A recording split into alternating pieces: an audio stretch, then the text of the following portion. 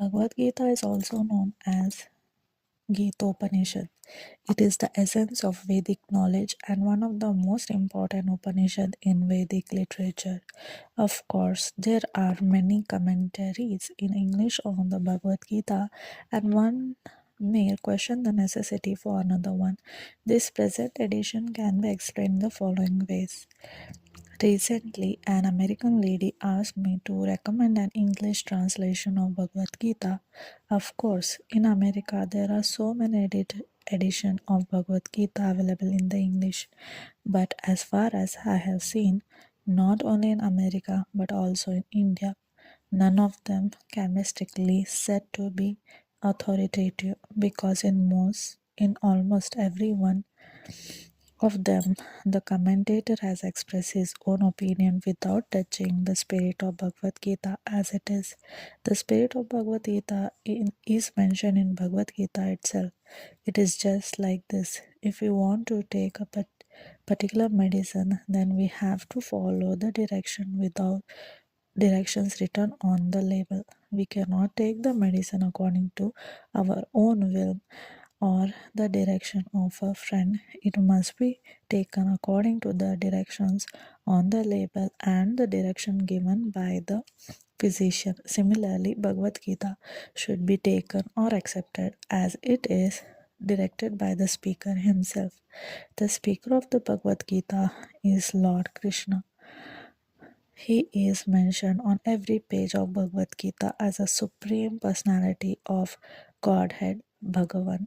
Of course, the word Bhagavan sometimes refers to any powerful person or any powerful demigod, and certainly here Bhagavan design, designed the Lord Sri Krishna as a great personality. But at the same time, we should know that Lord Krishna is the supreme personality of Godhead, as is confirmed by all great acharyas, spiritual master like Sankaracharya, Ramanujacharya, Madhvacharya, Nimbarka Swami, Sri Chaitanya Mahaprabhu, and many other authorities in Vedic knowledge in India. The Lord Himself also establishes Himself as Supreme Personality of Godhead in Bhagavad Gita, and He is accepted as such in Brahma Samhita and all the Puranas, especially in Srimad Bhagavatam, known as the Bhagavata Purana.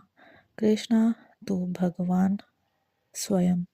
Therefore, we should take Bhagavad Gita as it is directed by the personality of Godhead Himself.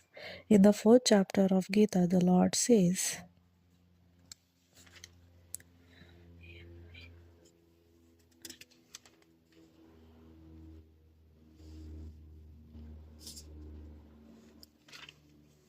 Hare. Here the Lord informs Arjuna that this system of yoga, Bhagavad Gita, was first spoken to Sun God, and the Sun God explained it to the Manu, and the Manu explained it to Ikshvaku,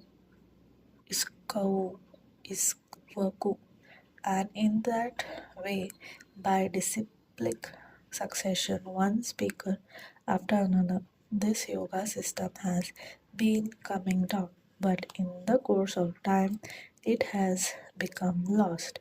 Consequently, the Lord has to speak it again, this time to Arjuna on the battle of Kurukshetra. He tells Arjuna that he is relating this supreme secret re- supreme secret to him because he is his devotee and his friend. The pur- purport of this is that Bhagavad Gita tre- is a treatise which is especially meant for the devotee of the Lord. Here are three classes of trans- transcendentalist, namely the jnani, the yogi, and the bhakta, or the impersonalist. the meditator and the devotee. Here the Lord clearly tells Arjuna that he is making him the first receiver of the new parampara discipline succession because the old section was broken. It was the Lord's wish, therefore, to establish another parampara in the same line of thought that was coming down from the sun god to others, and it was his wish that his teaching be distributed anew by Arjuna. He wanted Arjuna to become the authority in understanding the Bhagavad Gita, so we see that Bhagavad Gita is instructed to Arjuna especially because Arjuna was a devotee of the Lord, a direct student of Krishna and his intimate friend. Therefore, Bhagavad Gita is most understood by the person who has qualities similar to Arjuna's. That is to say, he must be the devotee in the direct relationship with the Lord. As soon as one becomes a devotee of the Lord, he also has a direct relationship with the Lord, and is that is a very elaborate subject matter. But briefly, it can be stated that devotee is in a relationship with Supreme Personality of Godhead in one of the five different ways. One may be devotee in a passive state, one may be devotee in an active state, one may be devotee as a friend, one may be devotee as a parent, one may be devotee as a conjugal lover. Arjuna was in the relationship with Lord as friend. Of course, there is a gulf of difference between this friendship and the friendship found in the material world. This is a transcendental friendship which cannot be had by everyone. Of course, everyone has a particular relationship with the Lord, and the relationship evoked by the perfection of the devotional service. But in the present status of our life, we have not only forgotten the Supreme Lord, but we have forgotten our eternal relationship with the Lord. Every living being out of many, many billions and trillions of living beings has a particular relationship with the Lord eternally. That is called Swarupa. By the process of devotion service, one can revive that Swarupa, and that stage is called Swarupa Siddhi, perfection of one's constitutional position. So Arjuna was a devotee and he was in touch with the Supreme Lord in friendship. How Arjuna accepted his Bhagavad Gita should be noted. His manner of acceptance is given in the 10th chapter. Arjuna said, "You are the Supreme Brahman, the ultimate, the supreme abode and purifier, the absolute truth, and the eternal divine person. You are the primal God, transcend, transcendental and original, and you are the unborn and all-pervading beauty. All the great sages like Narada, Asiddha, Devala, and Vaisya proclaim this of you, and now you yourself are declaring it to me. O Krishna, I totally accept as truth all that you have told me. Neither the gods nor demons, O Lord, know their personality." After hearing Bhagavad Gita from the Supreme Personality of Godhead, Arjuna accepted Krishna as Parabrahma, the Supreme Brahman. Every living being is Brahman, but Supreme Living Being or the Supreme Personality of Godhead is Supreme Brahman. Param Brahma means that he is the supreme rest or abode of everything. Pa- Pavitram means that he is pure, untainted by material contamination. Purusam means that he is the supreme enjoyer. Devyam, transcend, transcendental, Adi Devyam, the supreme personality of Godhead. Ajam, the unborn, and the Vibhum, the greatest of all, pervading. Now, one may think that because Krishna was a friend of Arjuna, Arjuna was telling him all this by the way of flattery, but Arjuna, just to drive out this kind of doubt from the mind of the reader of Bhagavad Gita, substantiates that substantiates these phrases in text words, which he says that Krishna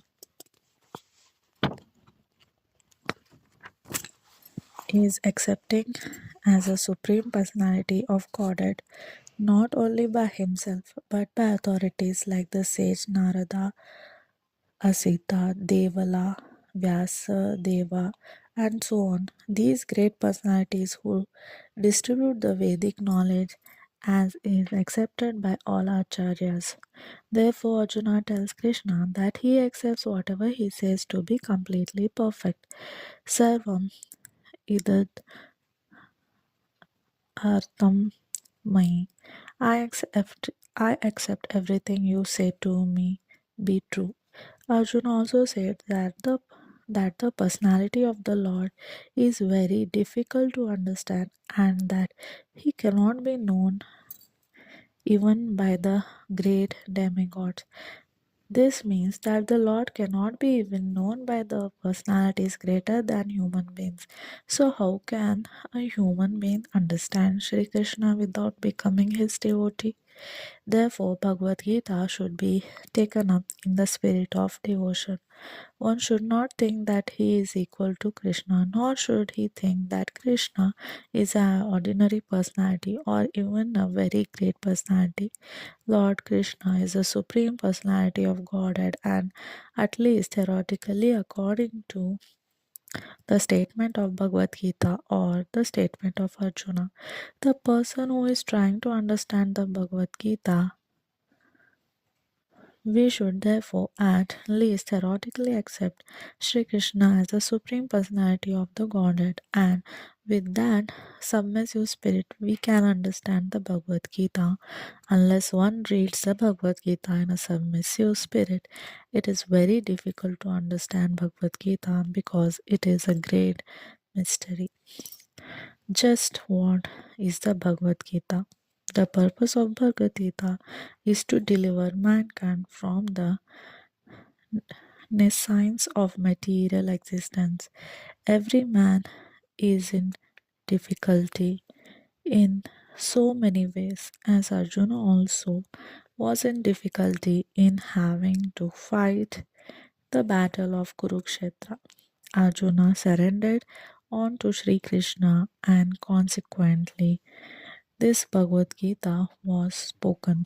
Not only Arjuna, but every one of us is full of anxieties because of this material existence. Our very existence in the in the atmosphere of non existence. Actually, we are not meant to be threatened by the non existence. Our existence is eternal, but somehow or other we are put into a set. A set refers to that which does not exist. Out of so many human beings who are suffering, there are few who are actually inquiring about their position. So, to what they are to put on to this awkward position, and so on. Unless one is awakened to this position of questioning his suffering, unless he realizes that he doesn't want suffering but rather wants to make a solution to all the sufferings, then one is not to be considered a perfect human being. Humanity begins when this sort of inquiry is awakened in one's mind. In the Brahma Sutra, this inquiry is called Brahmaji Nasa. Every activity of human being is to be considered a failure unless he inquires about the nature of the absolute. Therefore, those who begin to question why they are suffering or where they come from or where they shall go after death, are proper student for understanding Bhagavad Gita. The sincere student should also have a firm respect for the Supreme Personality of Godhead. Such a student was Arjuna. Lord Krishna descends speci- specifically to re-establish the real purpose of life. When man forgets that purpose, even then, out of many, many human beings who awaken, there may be one who actually enters the spirit of understanding his position, and for him, this Bhagavad Gita is spoken. Actually, we are all followed by the tiger of Nescience. But the Lord is very merciful upon living entities, especially human beings. To this end, we speak the Bhagavad Gita, making his friend Arjuna his student. Being an associate of Lord Krishna, Arjuna was above all ignorance, but Arjuna was put into ignorance on the battlefield of Kurukshetra just to question Lord Krishna about the problem of his life so that Lord could explain them for the benefit of future generation of human beings and chalk out the plan of life. Then man could act accordingly and the perfect mission of the life. The subject of the Bhagavad Gita entails the comprehensions of five basic truths. First of all, the science of God is explained, and then the constitutional position of the living entities, jivas. There is Ishvara, which means controller, and there is jivas, the living entities which are controlled. If the living entity says that he is not controlled but that he is free, then he is insane.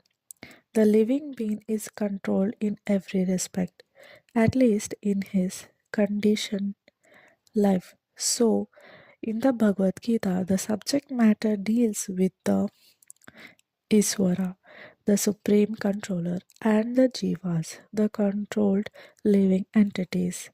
Prakriti, material nature, and the time, the duration of existence of the whole universe or the manifestation of material nature, the karma and karma activity are also discussed. The cosmic mag- manifestation is full of different activities.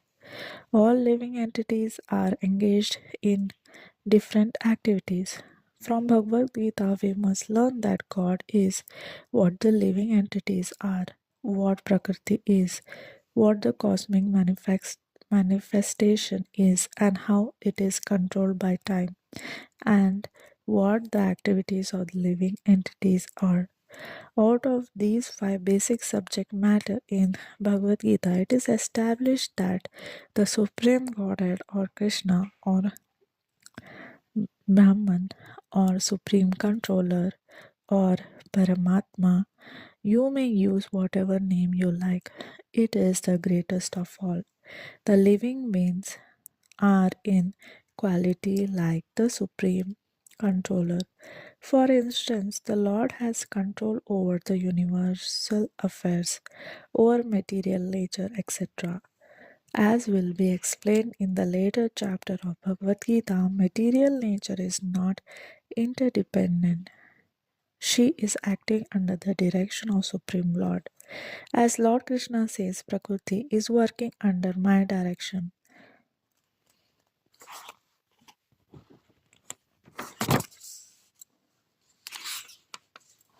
When we see wonderful things happening in the cosmic nature, we should know that behind this cosmic manifestation there is a controller. Nothing could be manifested without being controlled. It is stylish not to consider the controller. For instance, a child may think that an automobile is quite wonderful to be able to run without a horse or other animal pulling it. But a sane man knows the nature of automobile engineering arrangement. He always knows that behind the machinery there is a man, a driver. Similarly, the Supreme Lord is a driver under whose direction everything is working. Now, the jivas or the living entities have been accepted by the Lord, as we will note in the later chapters, as his parts and parcel. As his parts and parcel. A particle of gold is also gold. A drop of water from the ocean is also salty. And similar, we, the living entities, being part and parcel of the Supreme Controller, Ishvara, and Bhagwan, the Lord Shri Krishna, have all the qualities of the Supreme Lord in minute quantity because we are minute Ishwaras, subordinates Ishwaras. We are trying to control nature.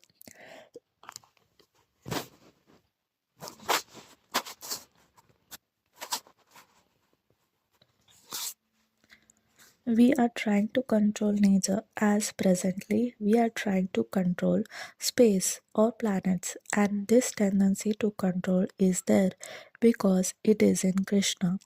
But although we have a tendency to lord it over the material nature, we should know that we are not the supreme controller.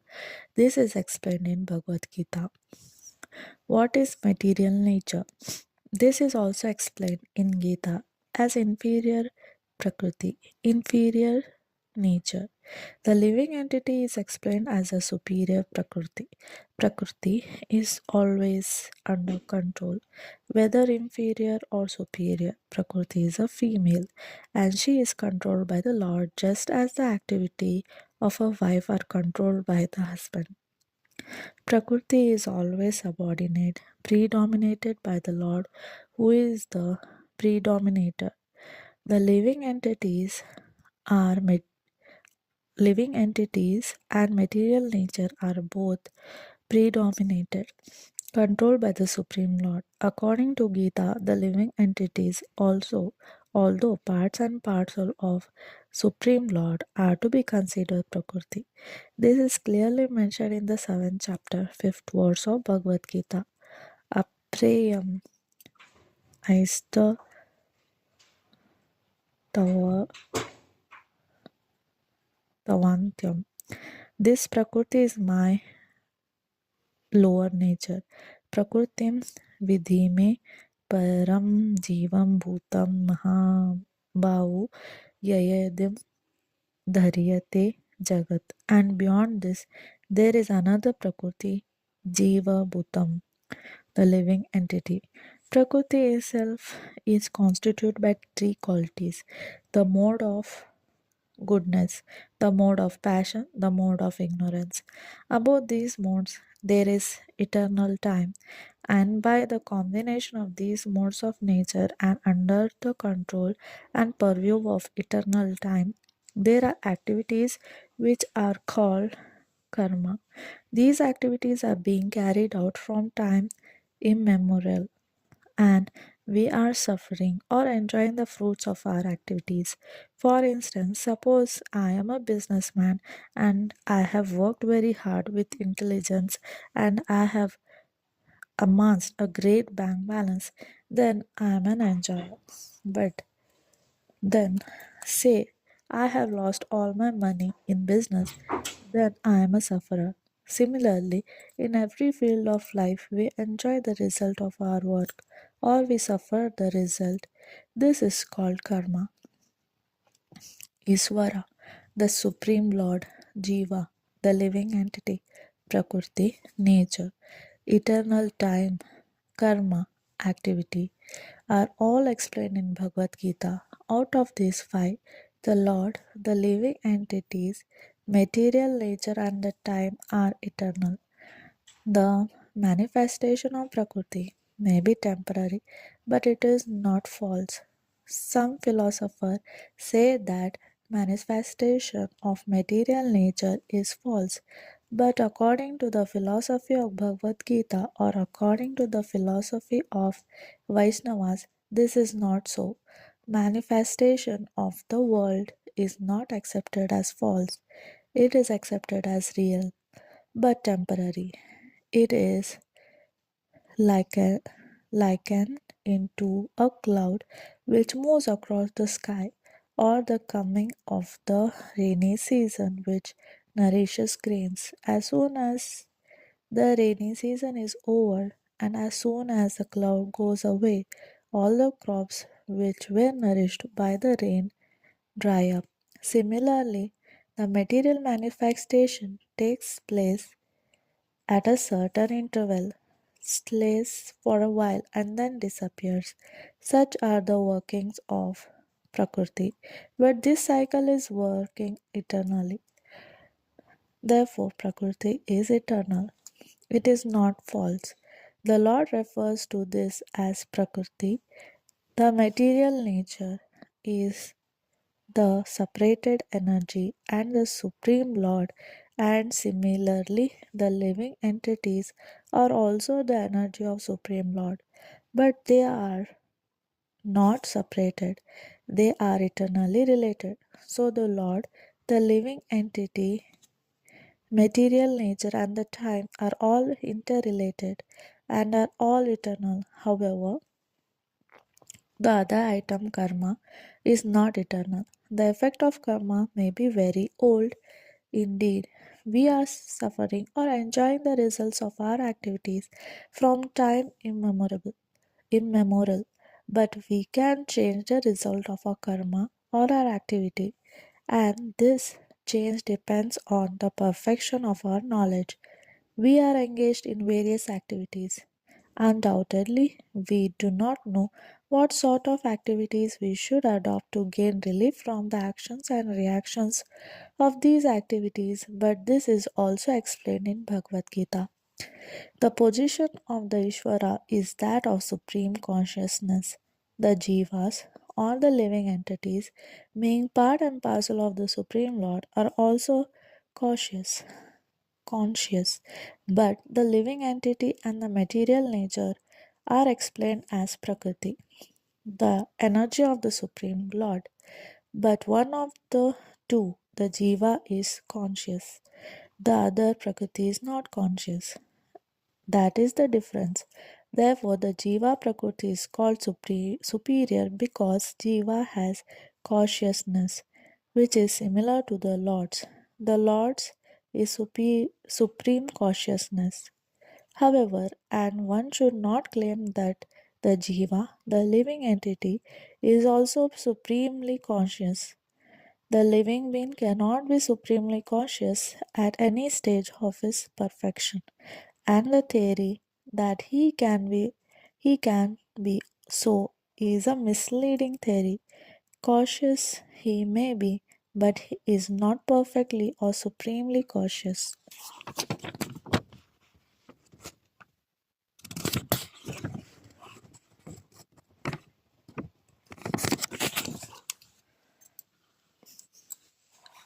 The distinction between the Jiva and Ishvara will be explained in the 13th chapter of Bhagavad Gita. The Lord is Kshetrajnana or Kshetrajnana, cautious, and is a living being. But the living being is cautious of this particular body, whereas the Lord is cautious of all bodies.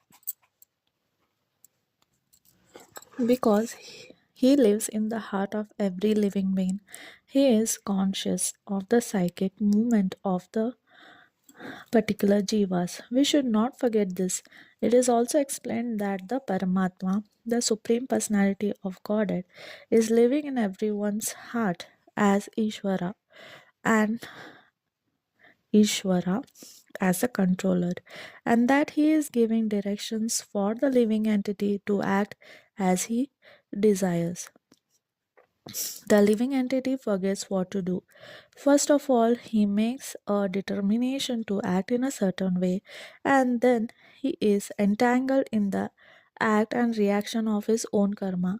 After giving up one type of body, he enters another type of body as we put on and off old clothes. As the soul thus migrates, he suffers the actions and reactions of his past activities. These activities can be changed when the living being is in the mode of goodness, in sanity, and understand what sort of activities he should adopt. If he does so, then all the activities and reactions of his past activity can be changed. Consequently, karma is not eternal. Therefore, we stated that of the five items, Ishvara, Jiva, Prakriti, time, and karma, four are eternal, whereas karma is not eternal. The supreme conscious Ishvara is similar to the living entity in this way. Both the consciousness of the Lord and that of the living entity are transcendental. It is not that consciousness is generated by the association of matter. That is a mistaken idea. The theory that the consciousness develop under certain circumstances of material combination is not accepted in Bhagavad Gita. Consciousness may be permanently reflected by covering material circumstances, just as light reflected through colored glass may appear to be a certain color. But the consciousness of the Lord is not materially affected. Lord Krishna says, Maya Dhya Sena Prakriti. When he when he descends into the material universe, his consciousness is not materially affected. If he was so affected, he would be unfit to speak on tran- transcendental matters as he does in Bhagavad Gita. One cannot say anything about the transcendental world without being free from the material contaminated consciousness. So the Lord is not materially contaminated. Our consciousness at the present moment, however, is materially contaminated. The Bhagavad Gita teaches us that we have to purify this materially contaminated consciousness. In pure consciousness, our actions will be dovetailed dovetailed to the will of Ishvara, and that will make us happy. It is not that we have to cease all activities. Rather, our activities are to be purified, and purified activities are called bhakti. Activities in bhakti appear to be like ordinary activities, but they are not contaminated. An ignorant person may see that the devotee is acting or working like an ordinary man, but such a person with a poor fund of knowledge does not know that the activities of the devotee or of the Lord are not contaminated by impure consciousness or matter. They are transcend transcendental to the three modes of nature. We should know, however, that at this point of our consciousness is contaminated. When we are materially contaminated, we are called conditioned.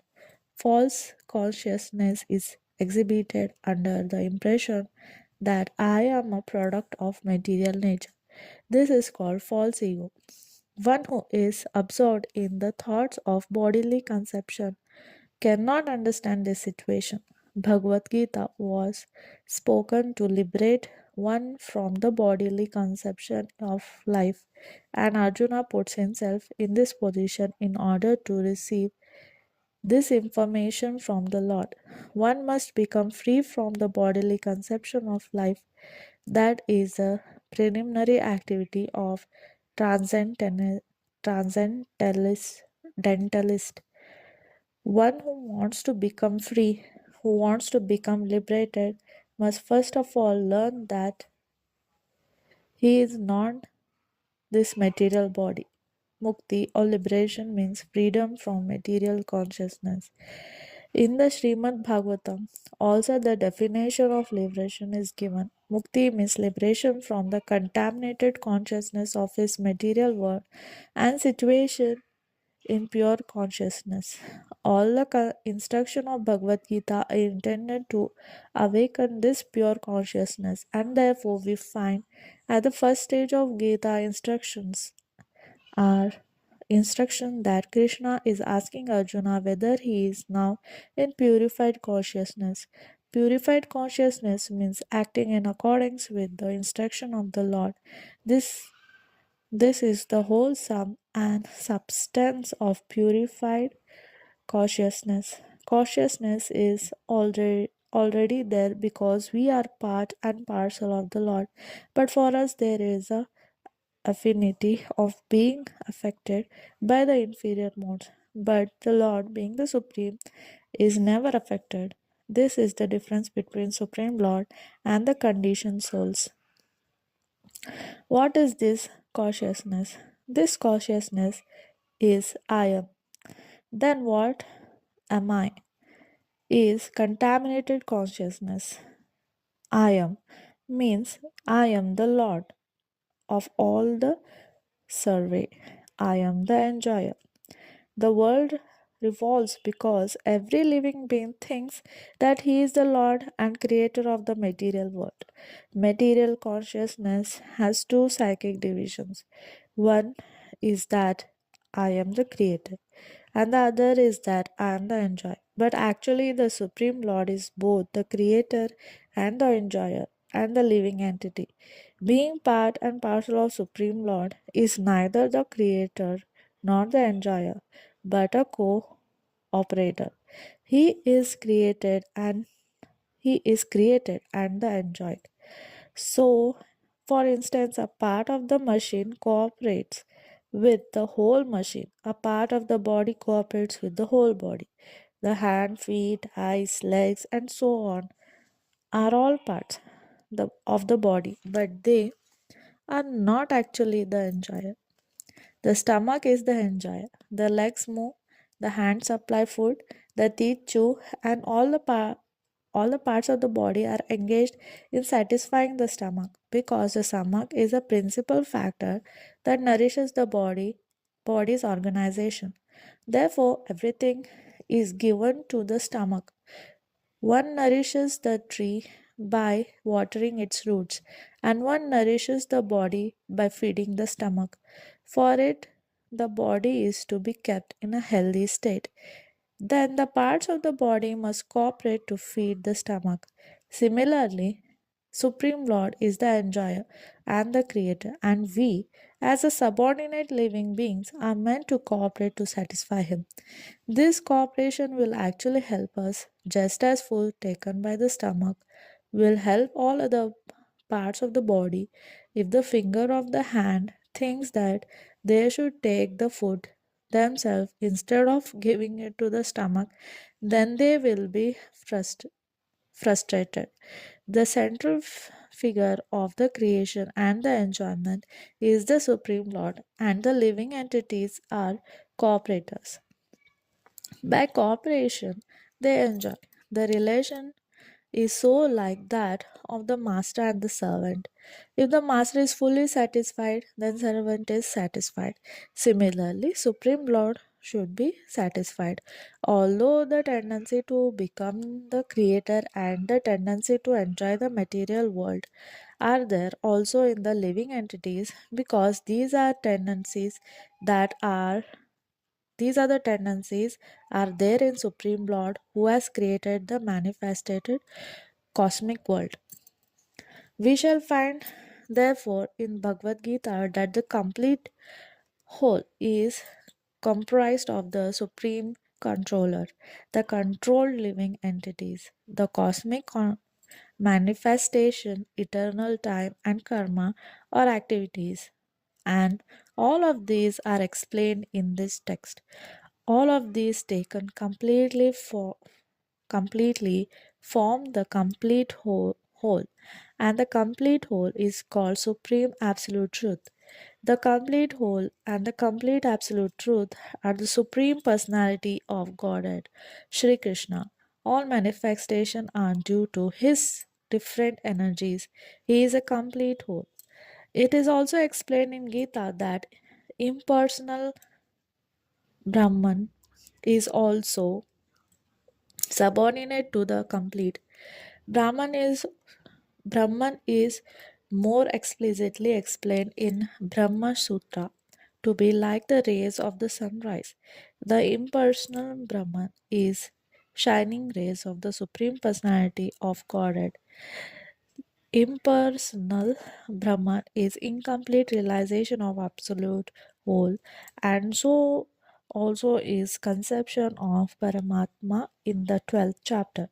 There shall be seen that Supreme Personality of Godhead Purushottama is above both impersonal Brahman and the partial realization of Paramatma. The Supreme Personality of Godhead is called Akak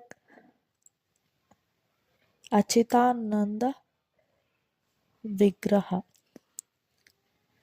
The Brahma Samhita begins in this way: Ishvara Paramha Krishna Sachitananda Vigraha Govinda Sarva Karaka Karanam. Krishna is the cause of all causes. He is the primal cause, and He is the very form of eternal being, knowledge, and bliss.